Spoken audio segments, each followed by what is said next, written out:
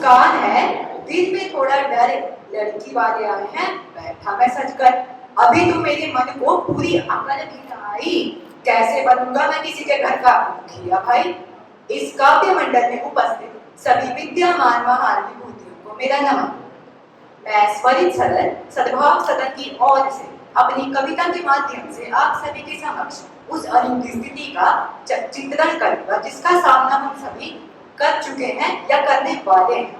तो आइए इस कविता का आनंद लें जिसका शीर्षक है लड़की वाले मुझे देखने आए।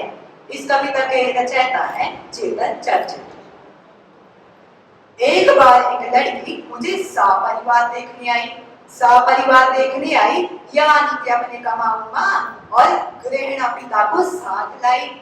मैं किचन में मेहमानों के लिए चाय गरमा रहा था और खिड़की से लड़की को देख देख शर्मा रहा था।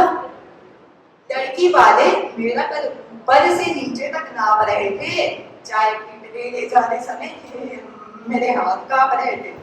लड़की की माँ चाय की चुस्की लेते हुए बोली, बेटा खाना तो बना लेते हो ना। लड़की के पिता ने अपने मतलब का सवाल पूछा, झाड़ू पोछा तो लगा लेते हो ना। और कहने लगे, अबे तो घर की बात है, इस पे क्या रोना है। अबे तो घर की बात है, इस पे क्या रोना है। मैं तो खुद झाड़ू पोछा लगा कर आया हूँ, घर जाके बस बर्तन धोना है। बड़े लाड से मेरे सर पर हाथ रखकर कहा, मैं तुम्हें बिल्कुल अपने बेटे की तरह रखूंगा और तो और घरेलू कामों में तुम्हारी पूरी मदद भी करूंगा। इसके जवाब में हमारे पिताजी बोले, हमारा लड़का सर्वगुण संपन्न है, इसे सब कुछ आता है, बिल्कुल बैल जैसा है, एकदम सीधा सा। लड़की वालों ने थोड़ा थोड़ा और हमने भरपेट नाश्ता किया। फिर लड़की को मेरे साथ अकेले में बात करने का मौका दिया। लड़की का जैसे जैसे सवाल मेरी तरफ आ रहा था, मैं शर्माते हुए शर्ट की बॉर्डर चबा रहा था। हम दोनों अपने भविष्य का ख्वाब बुन रहे थे और उधर से घर वाले हमारी बात सुन रहे थे। वो बोलती जा रही थी, बोलती जा रही थी, बोलती जा रही थी। मैंने तो भाई अपना बंद कर दिया और इस तरह हमने एक दूसरे को पसंद कर लिया। फिर यह सूचना ब्रेकिंग न्यूज की तरह बाहर ले आए, जिसे सुनकर हम दोनों के घर वाले मुस्काए। झट से मंगनी और पट्टे से ब्याह की बात आई तो लड़की की माँ ने थोड़ा रुको की आवाज लगाई। बोली, हमारी बेटी सरकारी अफसर है, लाख रुपया महीना कमाती है और तो और ऊपर की कमाई भी आती है। तो आप ही बताइए ये रिश्ता कैसे निभाएंगे।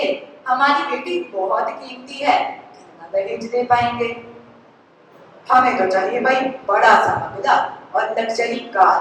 दे पाएंगे तो मंजूर करूं, वरना सब बात बेकार। हमारे गरीब पिता बेबस और लाचार, कहां से दे पाते बंगला और कार।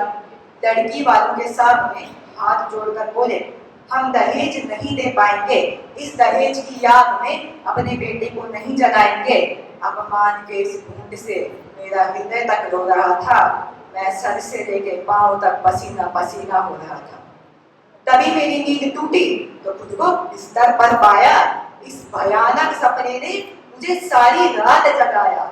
इस भयानक सपने ने मुझे सारी रात जगाया। आज मेरा मन दहेज के दानव का दिया हुआ दर्द मानता है। आज मेरा मन दहेज के दानव का दिया हुआ दर्द मानता है।